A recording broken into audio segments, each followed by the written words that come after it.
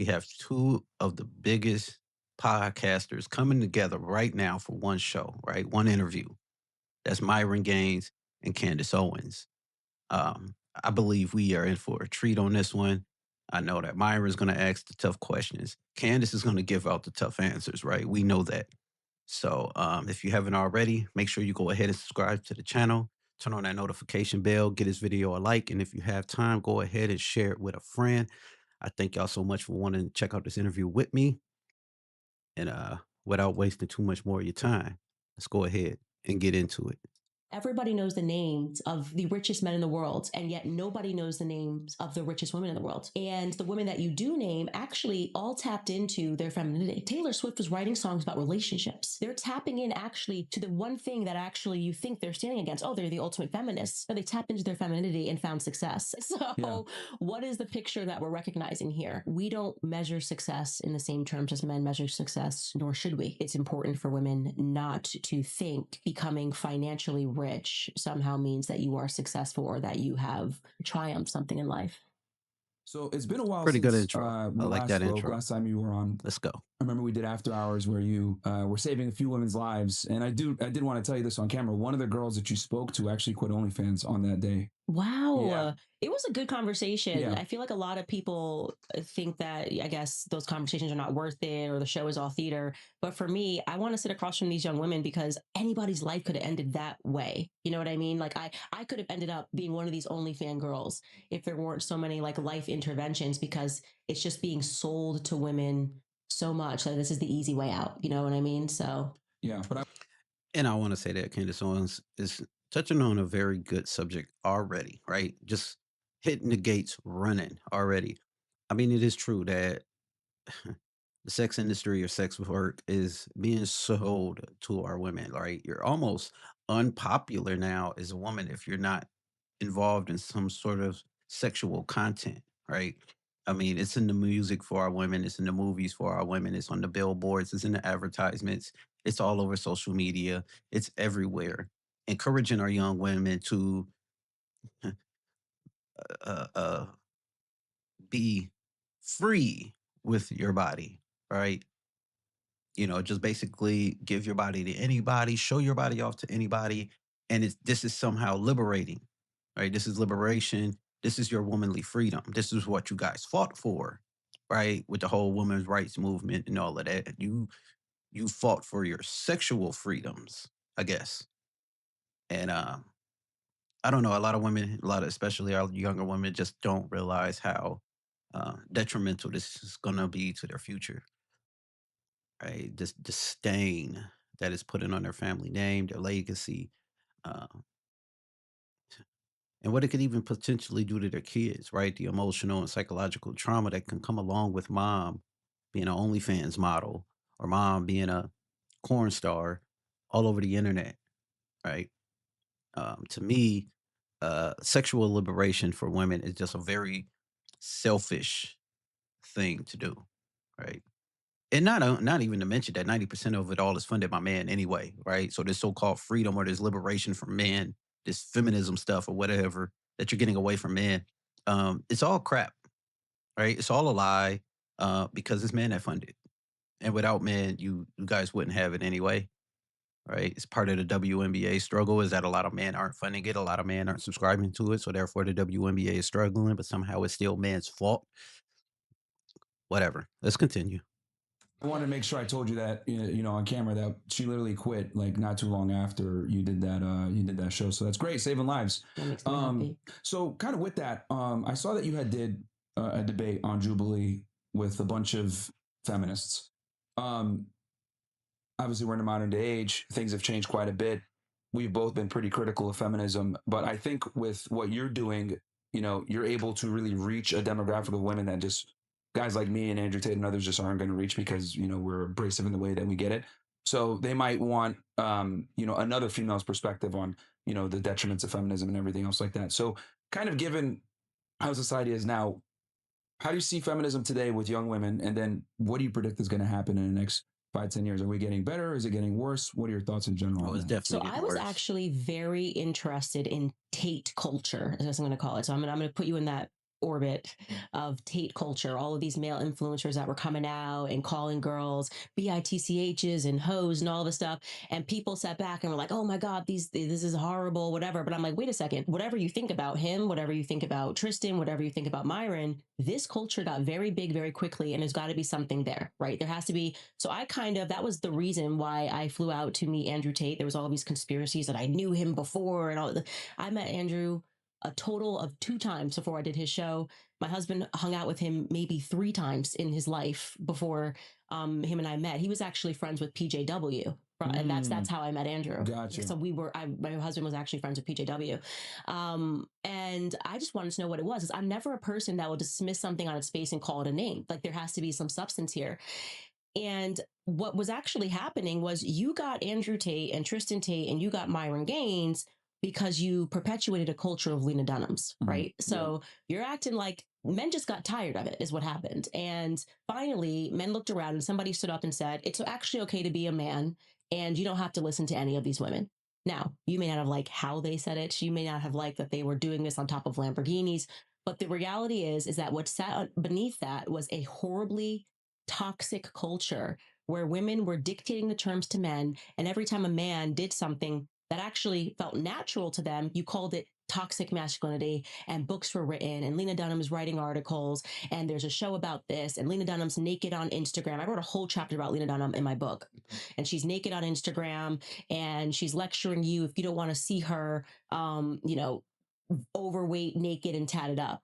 So you can't blame the culture, Tate culture, until you are ready to address where this actually came from, which was women constantly bashing men over the head and telling them that masculinity, full stop, was wrong. Given the problems that we have, obviously. Yeah, once again, I totally agree. It's cause and effect, right? Every action has a reaction. So, I mean, yeah, you keep beating men down, and you have to understand too everything that man have went through, right? Uh, for every bad man out there in the world, there's probably 100 good ones, right? And I don't know why, but for some reason, society nowadays just does not want to admit that, right? How many men have gone out there and lost their lives? I give it to you. Go out there to your local, usually cities have some kind of veteran sites or something like that, and just go out there and read the names and see how many men actually lost their lives versus how many women lost their lives. Look into some of these things that have been built throughout society, built, created, invented, engineered, and all of that, and look at the names of men versus women, right? And this is not to say that women can't do it or that women shouldn't do it. I'm just saying, look at the majority of who has built, funded, and created the society that we all enjoy today, right? And majority of the time is men. So you have all these men who are going out risking their free time, their sanity, their safety, their health to build, a safe environment, right? That is continuously getting better, right? But with all of their efforts, they're constantly bashed, tore down. Nothing they ever do is ever good enough. And you're calling them toxic. They shouldn't be this way or whatever else. I mean, they're out here doing all of the sacrificing, and yet they're the ones that should be limited, while the other half or the other side of the spectrum should be allowed to do whatever it is that it wants to do, say whatever it wants to say. I mean, eventually you're going to get some kind of reaction out of that. And the reaction you get might not be the one that you like. Right. Whether it's me or Tate or other people, will kind of come in and say, hey, this is what you need to do as a guy. This is how the modern day marketplace is now when it comes to dating. What's your approach to kind of combating this problem from a female perspective? First, you have to understand the origin of feminism, right? You have to understand that this was not a culture and an ideology that came because they wanted women to have equal rights with men, okay? This was a CIA-sponsored PSYOP Gloria Steinem was sponsored by the CIA. Okay, these protests were sponsored by men in government. A lot of them homosexual, actually. And the reason for that was simply because they wanted to tax. It was actually twofold, I would say. They wanted to tax household income both ways, and also they wanted women to, instead of focusing on their kids, which comes natural to women, right, to be the quote unquote, like I say, CEO of the household, they wanted to remove that and to have the children given to the government for 6 hours a day, beyond 6 hours a day, 6 hours a day, plus whatever sports activities, which gives the government full control over the minds of the children. Yep, This came straight exactly. from the Pale of Settlement. After they assassinated the Tsar, you had these Jewish women like Emma Goldman, who came over to America. Emma Goldman was the mentor to what's her face from Planned Parenthood. I'm blanking on her name for a moment. I'm going to say Margaret Sanger. That was her mentor. Mhm. And so this. One of my biggest sayings is always follow the money. That's all you really got to do in this life, man. Follow the money, right? Or at least in this country or most countries, right? Just simply follow the money, all right? And just like she said, one of the main reasons that the government did this, the government didn't really care about women's rights, right? They saw a way to tax the households both ways. Now, hey, we can get a little bit more money out of each household, right? We can double the money for each household if we do this, right? And now let's encourage women to go out there and work and all of that stuff as well, because now that's even more income, that's more taxing, that's more labor and whatever else. So just follow the money, man. And it's like you said, this is all one big government psyop. Um, and I believe too, it's also a way to keep people from fighting for their rights and actually fighting for change, right? Because if we look throughout history, throughout any country you want to look into, it's always the people that enact change, right? If they allow their government or their so-called leaders to have too much just free and blind power, right? The biggest problem is blind power, right? When you just follow somebody blindly and you don't question it, you don't look into it, right? They just say something and you just jump to it. That is the biggest problem. And there's a lot of governments and things like that. That's the kind of followers that they want. They just want blind followers that will not question or hold them accountable for whatever it is that they say or do. And one of the ways that you do this is by keeping people dumb and weak, right? And this is one of the biggest causes of femininity and all this feminist movement stuff and this toxic masculinity, right? Make men feel bad about being strong and masculine and following their masculine traits.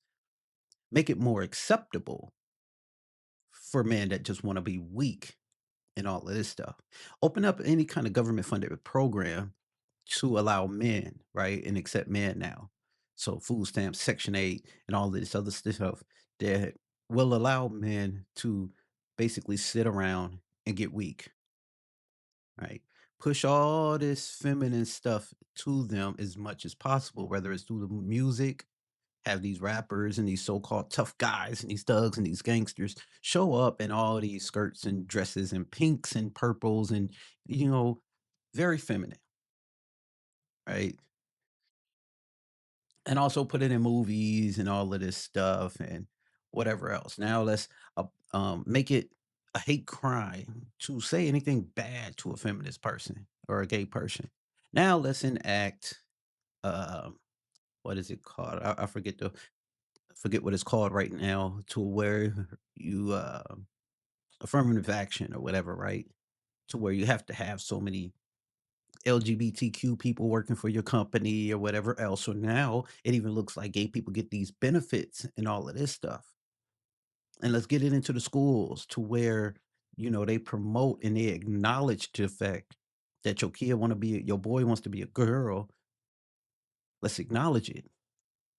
I mean, this is a multi-layered plan. These people aren't stupid. When they decide to enact an idea or a plan, they make sure it is layered. So it's going to hit you from all fronts almost at the same time. And the longer we allow these people to stay in office and stuff like that, the more time they get to perfect their plan, right? They can tailor it, curve it, and fill in the cracks and blanks and the little spots that are getting missed. So now you have a whole entire weak society to where nobody is strong enough, mentally or physically, to go out there and challenge the actual people that are in power. And the longer that we allow it to go on, the more they're going to get better at perfecting it. This was, in fact, a very radical communist movement that came to America and sought to overthrow families, family institutions, strong men, feminine women, stands in the way of government and absolute control. In your book, Make 'Em a Sandwich, what are Make some of them the a things that you sandwich. tell the Y'all women? read Because I'm that book? assuming it's a book that's going to be centered around how women can kind of I had never get heard in the of it. Make marketplace, 'em a find a sandwich. long-term partner, get married. What are some of the strategies that you implement that you tell women to implement to find a partner? You I don't have to don't give it all even, away. yeah, Maybe no, one or it's fine. two. I don't even try in my book to sell them a strategy or a technique. I just tell the truth. So here's the history of feminism. Here's what we were told in school. Here's actually how it went down, right? Knowledge is power. I give them the actual statistics, the fact that what was sold to you was you were going to be just like a man and you were going to be happier. Women are actually more miserable than they've ever been. If you go back and you ask most women about their grandmothers, they remember grandma being happy, right? So what they actually sold to you, now you've achieved this equality, quote unquote equality, and women have never been more miserable, and women are popping more pills than they were popping and finding it harder to find a partner and wondering why. Well, it's because you attacked natural masculinity. You told men that they shouldn't be allowed to lead, women have to lead, and actually you didn't want that, right? You were convinced psychologically in a classroom, as I was back when I wanted to be a feminist or I thought feminism was cool. And you should know that. I think that that's how you change things without trying to say, here's a strategy and here's how we're going to move forward. Let people know true knowledge, let people know true history. And I think the rest of the stuff happens naturally. And I really do think it does, right? Because I go back and I look at um, my grandmother on my dad's side, God rest her soul, right? Uh, Um, and she was just as happy as can be. And she didn't subscribe to this feminine stuff in any way, shape, or possible any way, shape, or form, right? She sat back, she took care of the house, she took care of my granddad, and he went out and did the more harder, manlier side of it. He worked a great job, kept the whole family fed, and he took care of his wife, right? She didn't have to want for nothing. She didn't need for anything. She didn't have to go out and face the horrors out there in the world. So, I mean, she got to live a very beautiful life, and she was a very happy woman. I mean, one of the sweetest and kindest souls that I can name ever, that I've ever met before in my 36 years here on this earth. And, you know, I miss that warmth that you would get when you went around my grandma, right? And in her later years, she might have been in some pains and things like that, but she would never let you know it or see it. It was just this kind, warm, soft soul that whatever you might have been going through before you walked through that door, once my grandmother stepped in, she just like melted it all away, right? All of that ice, it just melted all away and watched the water going down the drain, right? Beautiful. And this is where the balance in life comes into play at. I hope. For you on your journey, when did you figure out that feminism was a lie? Like, was there a certain event that triggered it that you were like, "Holy crap, this is BS"? I actually tell the story in this book. I think I do, actually. I think it's in this book, or it's in my last book, actually. It's in Blackout, of this teacher that I had. And I was required to take a Feminism 101. It was called Women's Studies. Maybe it was Women's Studies 201 at the University of Rhode Island. And at that time, I was like, yeah, I'm a feminist, of course. Who doesn't want equality as they sold it? Yeah. I get into this classroom, and this teacher, I realized very quickly, was not actually motivated by wanting equality. I was in a classroom where she was trying to convince me that every problem that we had in society was due to men. This was a literal class that was designed to basically teach women to hate men. Yeah. Like, no matter, all you had to do to get an A was she would introduce any problem. She could have lost her keys that morning. I've been like, why did It's this a happen? patriarchy. Well, well, who designed cars? Now, see, I have to ask a question then. Where are the classes at that are designed to teach people to be more appreciative, right? So if there's a class to basically push feminism and teach people to hate men or whatever else, then where are the classes in college or these schools to show or teach more respect and gratitude, right? Whether it be for your man or your parents or your city or your country. Where are these classes at, right? That pushes more gratitude, encouragement, loyalty, right? Where are these classes at? You know who designed cars? Do you know who designed the whole concept of a car key and who designed the couch that you lost it in this morning? It was it became to the point where for me it was like laughable. Yeah, yeah. But there was this one particular class where it clicked for me because when I was in college, I had an eating disorder. So I was sitting in her class, and I was anorexic, and she gets into this topic of anorexia and eating disorders, and she gave us some statistic about the percentage of women that have eating disorders, and I'm making this up now, but it was something like 80% of people who have eating disorders are women. And she asked the class, why is that? And we were supposed to say, and she did say, that it was because men control the advertising agency and men want women to be skinny. And I had literally, I'm sitting here having this experience, nothing to do with a man. Like nothing, no man said you're fat, you have to be skinny. That is completely made up. And I'm listening to her try to psychologically convince me that my eating disorder came from a man when it just factually didn't. Most people who suffer with anorexia know it's a control mechanism. It actually has nothing even to do with weight. It just is like, this is the one thing you can control. And I just kind of called her out on that, and I raised my hand. I was like, whoa, wait a second.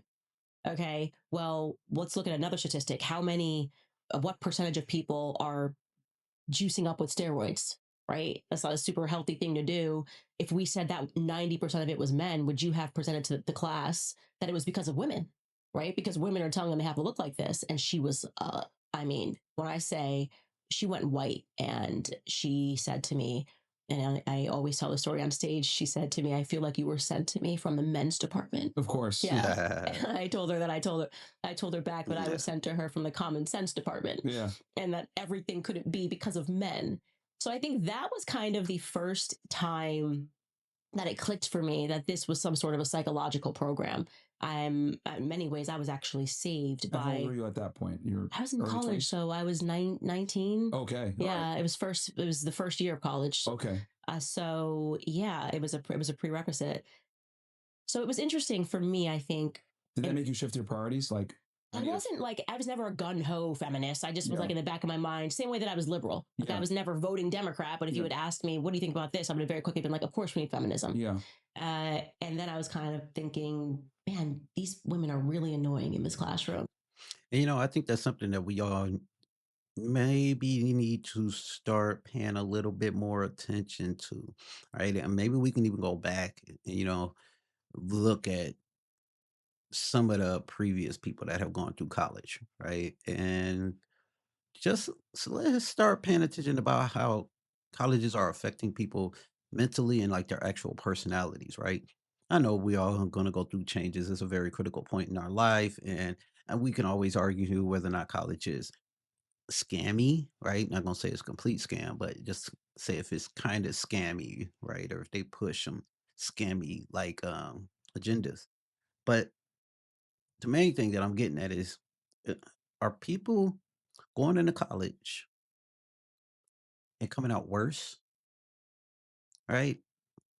Not just as far as like their degrees and their education, but I mean their personalities, right? How are they coming out, right? Like the guy that did what he did to Charlie Kirk, right? I mean, he went into college one way and then came out completely different person, right? From what they're saying. Mm, I don't know. Seems to be a little odd. But then again, that whole Charlie Kirk thing, that's a whole entire another conspiracy that this wonderful woman right here is, man, she's on it, right? If you guys haven't been paying attention to Candace Owens on the Charlie Kirk conspiracy, y'all might want to tap in. because then there were the majors that were there, you Yeah. know, the people, these women that were tatted up and like growing their armpit hair out, you know, they had those people in class. And I was like, I don't like any of these people. So it made me think that there was something more to the feminist movement, I think, that which because they was growing was the armpit hair indoctrination. out. Interesting. Okay. So I think you've been able to do what every woman dreams of: have a family, have children, have your dream man, but simultaneously being able to also, run a business and do what you want to do. And I noticed when you were debating on Jubilee, some of them tried to say, "Oh, well, you're a hypocrite. You're over here talking about feminism being bad, blah blah blah blah blah." But you obviously have a lot of things set up where you maximize your ability to be with your family, right? You do your show, get out of there, spend time with your family. Um, what would you say to the people that sit there and try to call you a hypocrite because you're successful in your own right, but you've been able to also balance a family, which many women can't do. They want to do it, but they can't do it. What would your response be to those critics? First and foremost, do not allow people to rule you by exceptions. What I mean by that is, it is such a mistake Wow. to look at my life and to say, Candace did this, and so therefore I can do this. My life is actually exceptional, right? We are Hmm. sitting in my house. I do things on my own terms. I wake up in the morning. I get to homeschool my kids, right? I'm homeschooling my children for hours. That's now very important to me. I get to do a podcast from home, and I am actually doing something that I enjoy, right? What is the number one thing? If you find any woman that makes it and she's successful, what is she doing? She's tapping into her femininity, communication. Women communicate more than men. I have a whole chapter on this. If you have a daughter and a son, you know this. Girls start speaking faster, and we will speak more words from men for the rest of our lives. And when you actually look, and I ask people in this chapter, who is the most, if I ask you the question right now, who is the most successful man in the world? Just give me your answer. If you have to name a couple of them. Okay, before he gives his answer, let me say what a phenomenal way for Candace to go ahead and answer that question there, right? I think that was articulated beautifully, right? Like just a phenomenal answer. That is the thing, right? And this is how they are controlling the masses, right? And I think it's mind-boggling to me that people are actually siding with the minority rather than the majority. And that is on every single front, right? When I say the majority and the minority, I'm not speaking on the race or the cultures, right? I'm speaking on the fact that they are brainwashing us with the minority, right? They're brainwashing us with the minority ideas. There's so many people out there who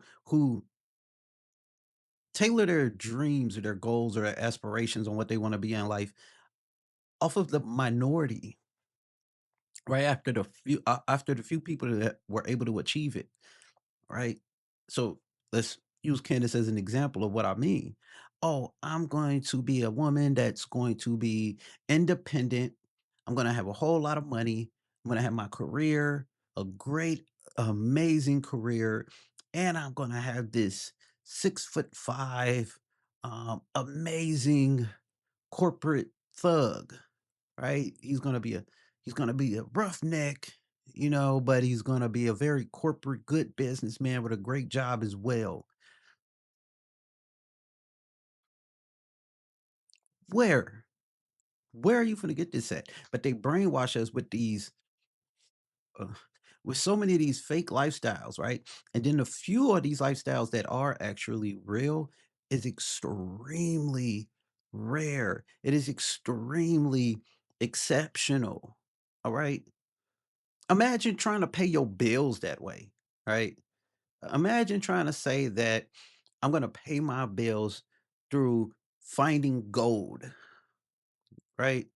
I don't have to go work or earn an income because I'm going to find gold every so often. I got this metal detector. I'm going to go out here and I'm going to find gold, and this is how I'm going to pay my bills, right?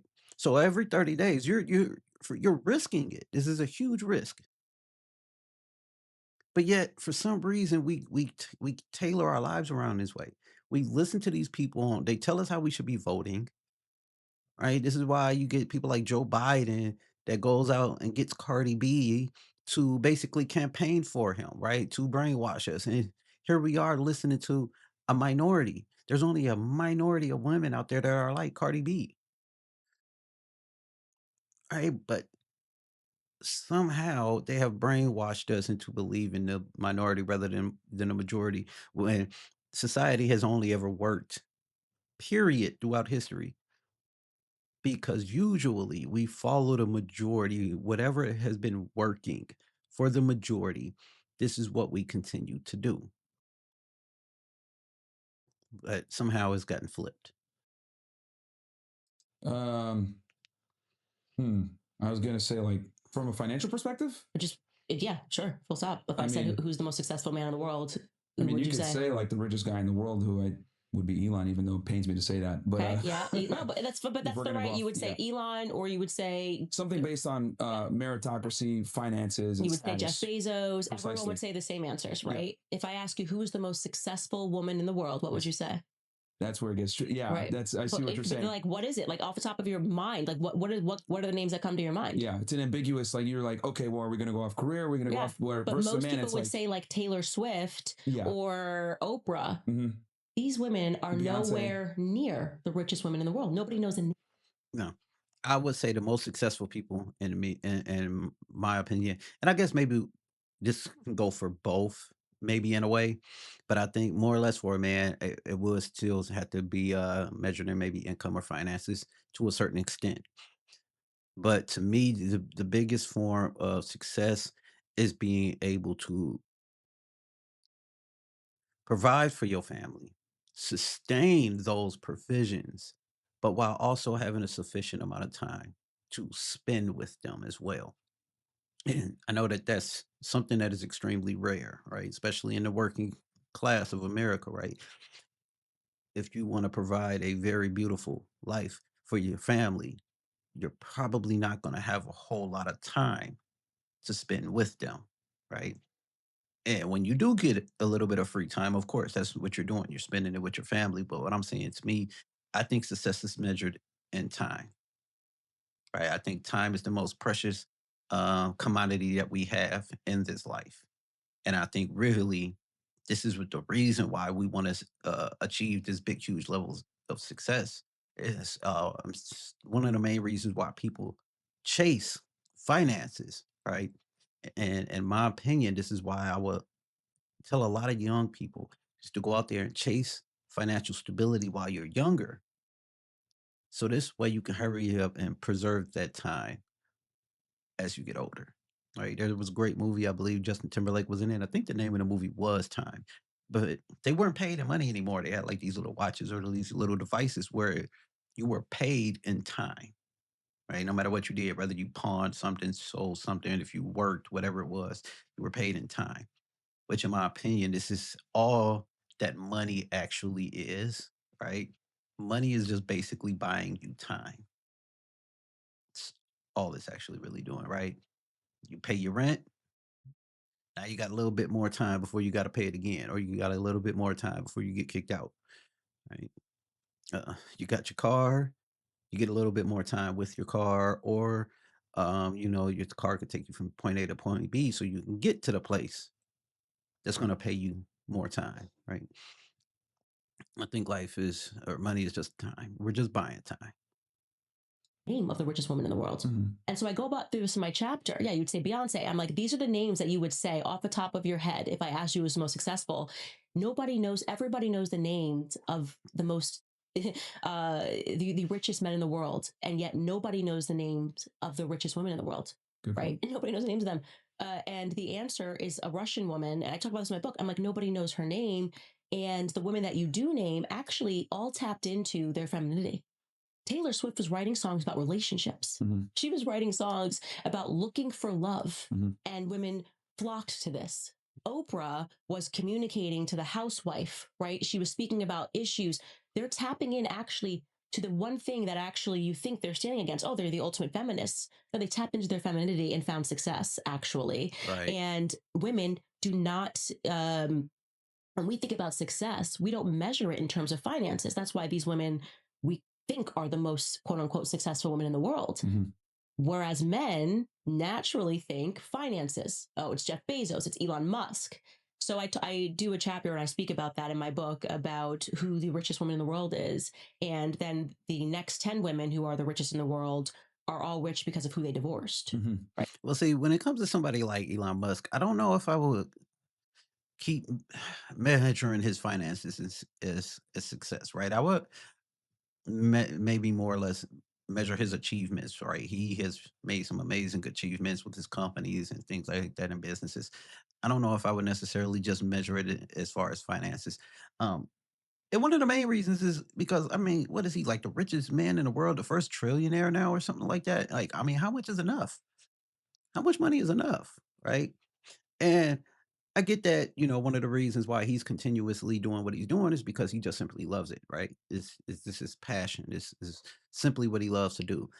But see, for me, once again, time is the most important thing to me. And time is the most important thing that you can give to somebody, right? You have a spouse, you have a wife that truly loves you and truly cares about you. She doesn't just only care about your money. Don't get me wrong. She don't want you to give up everything, right? And go live out in the street under a tent or under a bridge, right? But I'm saying a wife that truly cares about you, the main thing that she really wants from you is your time. Same with your kids. All right. Uh, If your kids truly love you and you haven't spoiled them or they haven't been indoctrinated by society yet, one of the main things that they want from you is your time. Right. So in my opinion, it's kind of like, okay, I know Elon has all this great success. He has these companies and these businesses that he's running right now, but man, when you just gonna sit back and enjoy all this time that you done accumulated, right? Me, I'm telling you, but the way that the public and the people treat Elon, man, I'd have been cashed out. I'm done. I'm retired. It's over with. I'm gonna go enjoy the rest of this time that I got. Right? Forget all these advancements and these technologies that I'm trying to make. Y'all go figure it out then. Since y'all don't appreciate it, I'm finna go enjoy all this time I got. Right? But hey, Yep. Yeah. Yeah. So, Yeah. what is the picture that we're recognizing here? We don't measure success in the same terms as men measure success, nor should we. And it's important for women not to think that becoming financially rich somehow means that you are successful or that you have triumphed something in life. And since having children, like, how has that like shifted your priorities as far as, I mean, and you can go into as much detail or as little as you want, as far as like how you've kind of prioritized child rearing versus like maybe your career and doing social media as much? Because I noticed, before you were super super active, you still post obviously every day, but now it's like, you have other priorities. So how has that kind of shifted? Yeah, my family is my number one priority. I would say having kids made me more secure than ever before. I just don't care about the noise. None of it matters anymore. And also, I facts. have real stake in this fight. Before, these were just Facts. ideas. America Yep. shouldn't be run like this. This is why. This is what's bad. Once you have kids, you have actually a real stake in the future of America.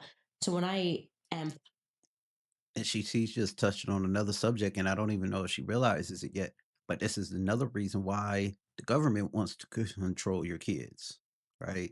The government wants to let you know that, hey, don't worry about your kids. We got them, right? We got them. You don't worry about them because that's one thing that ignites a fire in people, right? And that's one thing that helps people see or realize how important all of this is. Right, that's when people start actually realizing that the butterfly effect or their actions today will affect things tomorrow, right? And when they start having kids and they look at their kids and they be like, man, I don't want things to be this way for you in the future. But, if they let you know, like, hey, man, you got this Section 8, you got these government handouts, you got these food stamps, we got all these programs, man. You don't have to worry about your kids, man. They're going to be fine. Stop worrying about everything, man. What's wrong with you? You're weird if you're worrying about everything. You're a weirdo. Don't worry about nothing. We're gonna take care of your family. You don't have to. We will. podcasting, the subjects that I am covering to me are existential, right? Are we being ruled by pedophiles and criminals? That's now existential for me. What is happening in the school systems? We are. What is happening in these churches? What is going on? This is now existential because my children will inherit the America that I fight for or the America that I remain silent about. And just to kind of finish off with the feminism real quick. So, what do you think are the Definitely top being three real about things weirdos and holding women back pedophiles. Yes, from we are. fulfillment and happiness right now? The number one thing I would say that's holding women back would be not understanding the history of feminism. I think once you know that, everything, like, knowledge is actually power. I would say the second thing that's holding them back is the psychology of peer pressure. And that is the psychology, and the peer pressure starts when we are in school, with women being told, you have to go to college, you have to have a career. The last thing you should be thinking about, you have plenty of time. You don't actually have plenty of time. Biologically speaking, you literally don't have plenty of time. Men might have plenty of time, biologically speaking, but your body is telling you you don't. And so I think, and then that kind of gets into the education. The education system truly is just Soviet propaganda in the classrooms. So those would be the top two things. And so they're ignoring their gut instinct and following the herd. So, understanding what All right, and that's the end of the podcast right there, though. But I'm gonna just go ahead and go give out my final thoughts here on what Ken has just said. That may be one of the biggest issues that are holding women back. Right? Is yes, peer pressure, pressure from your peers. Right? They're telling you you need to be this as a woman, you need to be that as a woman. You're kind of clowned or looked down upon, right? If you try to be the more traditional style of woman, just want to go find you a good man, focus on family, educate yourself better. So this way you could be able to educate your kids, as a mother. Um, focus on being a great person, the best person that you could possibly be, find some good core beliefs, that you will be able to teach to your kids once you become a parent. Other than that, they're pressuring you to be in this nasty, vile woman that has no morals or no goals or no aspirations, and you pass that down to your kids. So I mean, yeah, peer pressure, the schooling system, yeah, those are feminism is a huge, huge problem for women. It definitely is. But that was today's episode, man. I think this was an amazing show. There was a whole lot of educational information pushed out right there. And I'm telling you, the conspiracies that a lot of us focus on are the wrong conspiracies, right? They're very minor conspiracies. We focus on the conspiracy of like, oh, what happened to Michael Jackson, Sony Records or whatever. These are very small conspiracies, right? The bigger conspiracies, they have just touched on right here. And this is where you hear here all the time, where you hear people like Trump say, I really do think that these people hate America. These are people that hate America. It has to be, right? Because once you really go down that rabbit hole of these conspiracies, you will start to see these people don't care about nothing. Some of the stuff that they're pushing, some of the ideas, some of the brainwashing techniques that they are using on the masses, it's gonna lead to destruction. But I mean, what do I know, right? I'm just click that reacts, and I really want to know what y'all think about this show. Let me know down in the comments section. I will leave links to the full podcast over on Myron's channel in the description area. Thank y'all so much for tuning in with me. If you haven't already, hit that subscribe button, turn on that notification bell, and get this video a like. Don't forget to share it with a friend before you leave. And as always, I'll see y'all in the next one.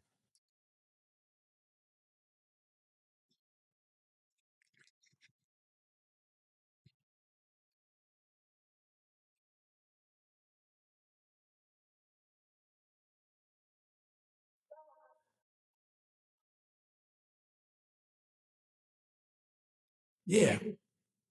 Ooh, okay. Before click.